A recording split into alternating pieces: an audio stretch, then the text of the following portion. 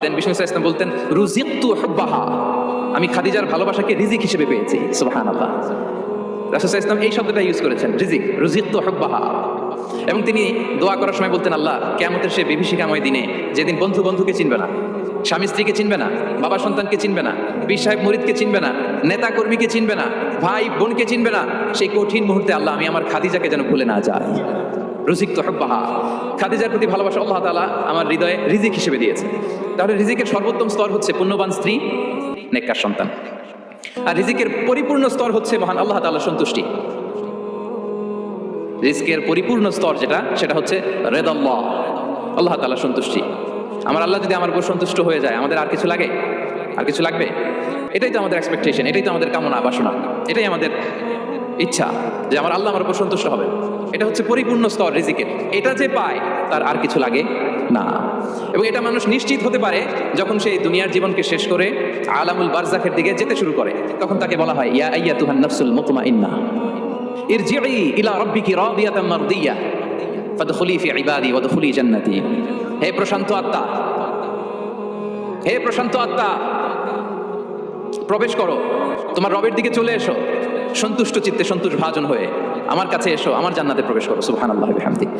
এই দুনিয়া ছেড়ে যখন আমরা যাব, তখন যদি এই অ্যানাউন্সমেন্টটা আমার জন্য দেয়া হয়, আমার আর কিছু চাওয়ার পাওয়ার আছে? প্রিয় ভাই এবং বোনেরা বলেন, এই আল্লাহর সন্তুষ্টির ঘোষণা যদি আমি এই পৃথিবী থেকে বিদায় লগ্নে পেয়ে যাই, আমাদের আর কিছু চাওয়া পাওয়ার আছে? ইয়া আইয়াতুহান নাফসুল মুতমাইন্নাহ ইরজিই ইলা রাব্বিকি রাদিয়াতাম মারদিয়াহ। আমরা কিছুদিন আগে আমাদের সকলের প্রিয় আল্লামা দেলোয়ার হোসেন সাঈদী রাহিমাহুল্লাহ নওয়ারাল্লাহু মারকাদাহু ওয়া জাআলাল ফিরদাউসা মাসওয়াহু, ওনাকে আমরা হারিয়েছি। আমি যখন ওনার শোক বার্তা নিয়ে ফেসবুকে স্ট্যাটাস লিখি, কমেন্টে আমি এই আয়াতটা লিখেছিলাম। আমি খুঁজে পাচ্ছি না যে আমি কি দিয়ে এটার উপমা দিব, কি দিয়ে ওনার বিদায়ের উপমা আমি জানাবো। আমি খুঁজে পাচ্ছিলাম না কোনো আয়াত। তখন এই আয়াতটা লিখে আমি উপমা দিয়েছি। আল্লাহু আকবার। গোটা বিশ্বের মানুষ কেঁদেছে, গোটা বিশ্বের মানুষ গায়বানা জানাজা পড়েছে, গোটা বিশ্বের মানুষ ওনাকে অশ্রুসিক্ত বিদায় দিয়েছে। From north to the south, from east to the west, the entire globe, min mashariqil ardi ila magharibiha, অশ্রুসিক্ত বিদায় তিনি পেয়েছেন। এটাই আল্লাহ তাআলার সন্তুষ্টির একটা জলজ্যান্ত নমুনা। জোরে বলেন ঠিক কিনা?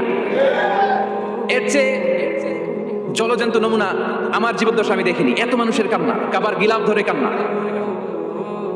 এভাবে ভালোবাসা প্রকাশ করা, এভাবে তার প্রতি তার জন্য অশ্রুসিক্ত দোয়া করা, কান্না জড়িত দোয়া, এটাই প্রমাণ করে যে আল্লাহ তাআলা ওনার উপর সন্তুষ্ট হয়ে গিয়েছেন। ওনার আর কি চাই? আমাদের আল্লাহর আর কি চাই?